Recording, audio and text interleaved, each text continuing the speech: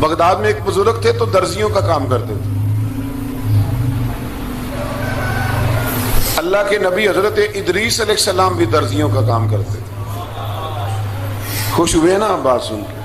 پیشہ کوئی بھی برا نہیں. ایک برا ہے وہ ہے ہاتھ پھیلانا. اس کے علاوہ کوئی پیشہ برا یہ برا نہیں، یہ ہاتھ پھیلانا برا ہے. حضرت شیخ محمد بن حسن کہتے ہیں کہ وہ بزرگ جو تھے نا، امام غزالی نے لکھا ہے، وہ درزیوں کا کام کرتے تھے. تو اس زمانے میں نا کھوٹا سکہ بھی کبھی کبھی آ جاتا تھا. کھوٹا سکہ پرانے لوگوں کو تو پتا ہوگا، چلو نوجوانوں کو بتا دیتا ہوں. چاندی کے سکے ہوتے تھے تو اوپر سے جب وہ کھس جاتا تھا نا نمبر، تو اس کو کہتے تھے اب کھوٹا ہو گیا. کیوں جی بزرگوں ایسے ہی ہے. وہ کھس جاتا تھا تو کہتے تھے سکہ، تو وہ چلتا نہیں تھا کہیں بھی. تو وہ بابا جی کی دکان مشہور ہو گئی تھی کہ وہاں کھوٹے سکے بھی چل جاتے. لوگ دے آتے تھے کھوٹے سکے، بہت سارے لوگ دے دیتے. بابا جی چپ کر کے قبول کر لیتے. مشہور ہو گیا، جو بھی جاتا کھوٹے سکے دے آتا. بابا جی قبول کر لیتے. پھر شام کو نا گھوڑے پہ بیٹھ کے جاتے اور دریا میں بہا. ایک دن کچھ بندے کھوٹے سکے لے کے آ گئے تو بابا جی ابھی مصلے پہ تھے، نماز پڑھ رہے تھے. تو بیٹے نے کپڑے دیے تو کھوٹے سکے وصول کیے. تو وہ کھوٹے سکے دینے والا شخص کھوٹے سکے دے رہا تھا. تو وہ بچہ کہنے لگا تم نے بڑی عرصہ بیوقوف بنایا میرے ابا کو، کھوٹے سکے دے لے جاؤ. کہنے لگا تمہیں واقعی نہیں پتا چلتا کھوٹے ہیں؟ کہا ابا جی کا نہیں مجھے پتا، پر مجھے تو پتا ہے نا. اور میرا ابا شام کو کھول کے دیکھتا ہے تو پھر جو کھوٹے کھوٹے ہوتے ہیں انہیں دریا میں بہا کے آتا ہے. لے جاؤ اپنے. اتنی دیر میں بزرگ نماز سے فارغ ہوئے. کہنے لگے نہیں نہیں بیٹے رکھ لے، کھوٹے ہی رکھ لے. سننا بات. کہا جناب کیوں؟ فرمانے لگے میں کھوٹے اس لیے رکھ لیتا ہوں کہ لوگوں نے پیسوں میں ملا کے دوسروں کو بھی تو دینے ہیں نا. تو میں چاہتا ہوں چلو باقی لوگ نقصان سے بچ جائیں، ہمارا تو گزارا ہو ہی رہا ہے. باقی لوگ نقصان سے بچ جائیں. اور فرمایا پھر میں شام کو جا کے دریا میں ڈال کے آتا ہوں کہ کہیں میری اولاد بھی ان کو آگے نہ چلا دے. میں چاہتا ہوں کہ اور لوگ اس کام سے بچ جائیں. درویش کہتے ہیں کہ جب اس بابے کا آخری وقت آیا نا تو جو اس نے جملہ کہا میرا کلیجہ پھٹ گیا. آخری وقت جو اس نے دعا مانگی تو فرماتے ہیں میرے اندر وجد اور کیف کی صورت پیدا ہو گئی. فرماتے ہیں ان بزرگوں نے اپنے آخری وقت دعا مانگی، اے اللہ میں نے ساری زندگی کھوٹے سکے قبول کیے تاکہ تیرے بندے شر سے بچ جائیں. تو یا اللہ تو بھی اس کھوٹے سکے کو قبول فرما لے. اللہ میں نے کھوٹے سکے قبول کیے، کھوٹے، تاکہ تیرے بندے تکلیف سے بچ جائیں. تو مالک میں بھی کھوٹا ہی ہوں، اللہ تو بھی اس کھوٹے کو قبول فرما لے. اور یہ دعا مانگ کے نا تو کبھی روتے کبھی ہنستے. لوگوں نے کہا کیا ہوا؟ کہتے ہیں لگتا ہے رب نے کھوٹا سکہ قبول فرما لیا. لگتا ہے کہ اللہ نے کھوٹا سکہ قبول. لوگوں کو تکلیف سے بچائیں. ہمارا وجود یارو مطلب کیا ہو جائے گا 2 منٹ کے لیے سمجھ لیں کیا ہو جائے گا. یعنی اگر آپ بڑے غصے سے باہر آئے اور پاپڑ بیچنے والے پہ آپ نے غصہ نکال لیا سارا، میں رات کی ڈیوٹی کر کے آیا ہوں تھکا ہوا ہوں اور تو پاپڑ بیچنے آ گیا، تم لوگ بڑے نالائق ہو بدتمیز ہو. آپ نے یہ سخت جملے کہہ دیے، چپ کر کے وہ آدمی معذرت کر کے گزر گیا. وہ تو سارا دن پریشان رہے گا نا کہ میری غریبی کا مذاق اڑا. مطلب ہو کیا گیا، ہوا کیا اگر اس نے کوئی بات کر لی. اعلیٰ حضرت فاضل بریلوی کے خلیفہ لاہور میں سید ابو البرکات شاہ صاحب رحمت اللہ تعالی علیہ. تو رات کو ایک شخص تراویح کے بعد حضرت سویا کرتے تھے. بہت سارے لوگ تو سو ہی نہیں پاتے رمضان کی راتوں میں، سو ہی نہیں پاتے. میں خود نہیں سو پاتا. اب تراویح سے اگر آپ 10:30 فارغ ہوئے تو 2 بجے اگر آپ کو دوبارہ اٹھنا ہے تو بیچ میں آپ کو کیا ملے گا؟ اگر آپ نے کچھ پڑھنا پڑھانا ہے، صبح درس دینا ہے، تو پھر تو آپ کے لیے بڑا اور یہ خاصا مشکل کام ہے. یہ خاصا مشکل کام ہے. آپ یقین کریں چند تفسیریں دیکھتے ہیں تو ٹائم بہت زیادہ ہو جاتا ہے.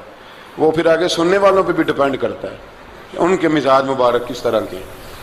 سید صاحب رحمت اللہ علیہ نا عشاء کی نماز کے بعد تراویح پڑھ کے تو کچھ عبادت کی، کچھ مطالعہ کیا، صبح درس دینا تھا تو تھوڑی دیر کے لیے بوڑھے آدمی تھے، تھک گئے تو سو گئے.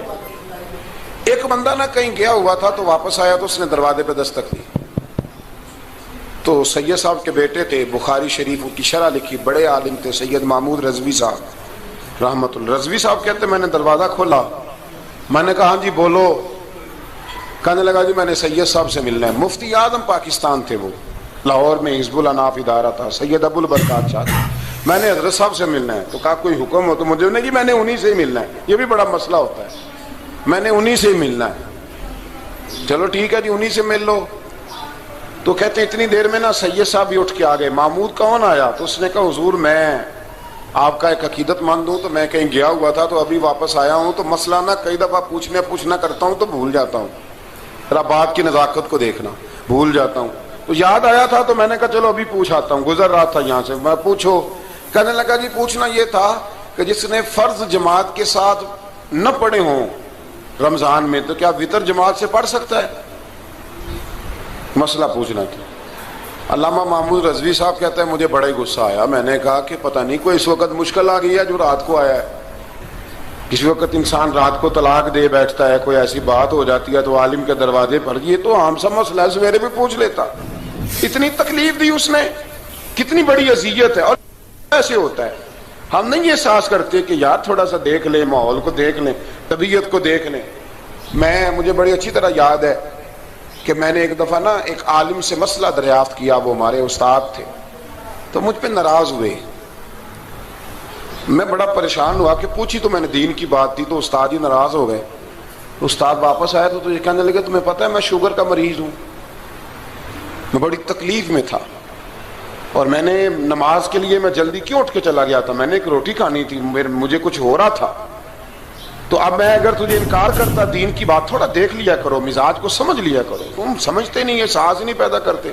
وہ بڑی اس وقت چیز سمجھ میں آئی کہ کچھ چیزیں ایسی ہوتی ہیں, ہر وقت انسان ایک موڈ میں نہیں ہوتا. آپ سمجھیں, بہرحال جو بات کرنا اس کو سمجھیے گا. تو وہ کہتے ہیں کہ سید صاحب نے اس کو کہا, میں بات ختم کرنے لگا ہوں, کہا کہ وہ اگر نہیں نہ پڑھے فرض جماعت کے ساتھ تو بہتر یہ ہے کہ وطر بھی جماعت سے نہ پڑھو. وہ بندہ مطمئن ہو کے چلا گیا.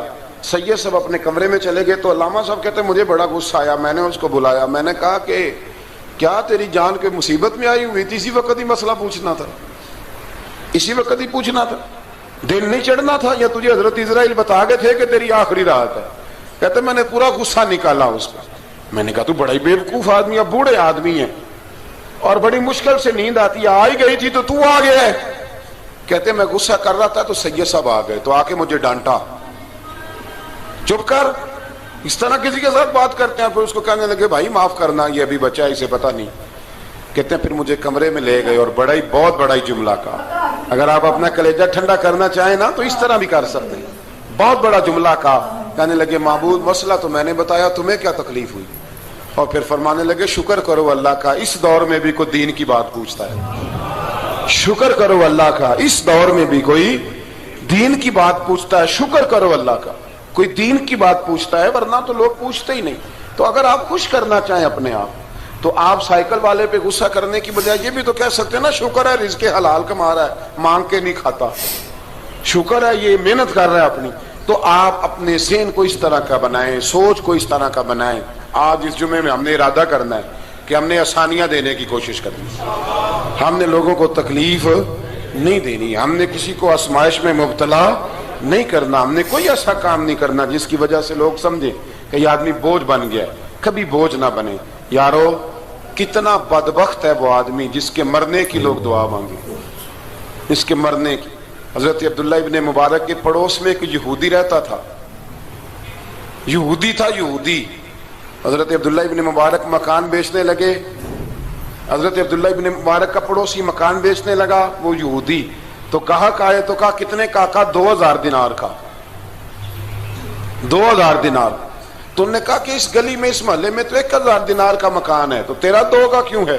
کہنے لگے 1000 میرے مکان کا اور 1000 عبداللہ ابن مبارک کے پڑوسی ہونے کا, اس لیے کہ اتنا شاندار پڑوسی تمہیں کبھی نہیں ملے گا جس کی ہم نے کبھی آواز ہی نہیں سنی. 1000 روپیہ لوں گا ان کے پڑوس میں جگہ دینے کا, 1000. تو وہ شخص کہنے لگا یہ تو نے عجیب بات کر دی, حالانکہ تو یہودی ہے, یہ تو نے عجیب بات کر دی. تو کہنے لگا 3 دن میری گلی میں آ کے رہ, تو دعائیں مانگے گا کہ یا اللہ میں یہیں رہنا چاہتا ہوں. وہ دعائیں مانگے گا کہ اتنا اچھا انسان, اتنا خیال رکھنے والا, اتنا خیال والا